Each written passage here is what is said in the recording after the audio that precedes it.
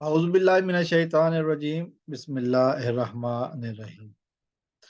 दोस्तों, इस वीडियो में मैं बात करूंगा रियासत पाकिस्तान वर्सेस ज़हीर अहमद केस की। कल वालदैन की बच्ची से एक और मुलाकात होने वाली है। मुलाकात के हवाले से थोड़ी सी बातें करेंगे। हम जानते हैं कि पिछले कुछ दिनों से जो कुछ हो रहा है, जिस तरह अदलिया का मजाक उड़ाया जा रहा है, अदलिया का जनाजा निकला जा रहा है। इस तरह पाकिस्तान की अदलिया बिकाऊ माल की तरह एक एक लौंडी की तरह मुजरिमों के आगे बिछी जा रही है। उस हवाले से काफी लोग बातें कर रहे हैं, लेकिन अदलिया वालों के कानों पर जू नहीं रेंगती। ना अदालत आते हैं, फिर खुद ही तारीखें देके खुद ही गायब हो जाते हैं। और जिस तरह अदलिया के बारे में बैरून मुल्क से बातें की जा रही हैं, यकीनन ये अदलिया लानत की हकदार है। कल एक अहम मुलाकात है, एक और मुलाकात है।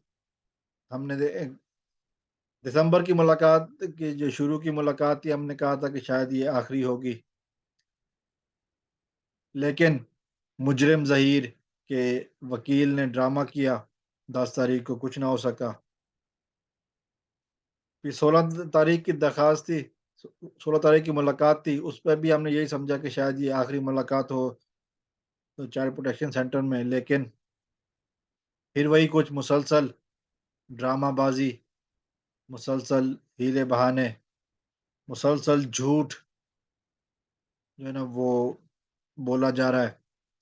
और ड्रामेबाजियों में अदलिया भी शामिल है।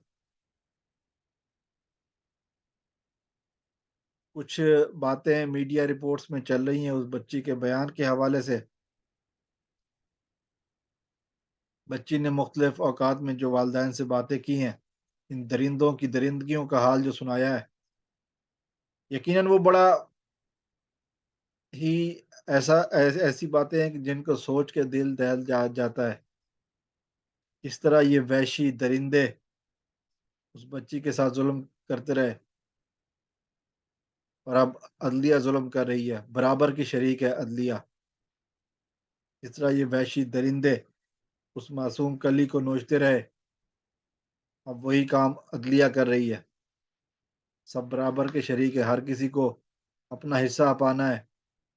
हर किसी को इस रेस में शामिल होना है कि कौन करप्शन और लूट मार में, कौन मजलूमों पर जुल्म करने में एक दूसरे से सबकत ले जाता है।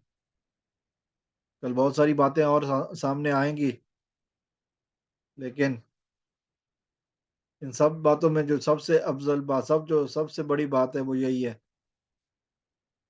पाकिस्तानी अदलिया और मुजरिम चोली दामन का साथ साबित हो गया। अस्सलाम वालेकुम वरहमतुल्लाह।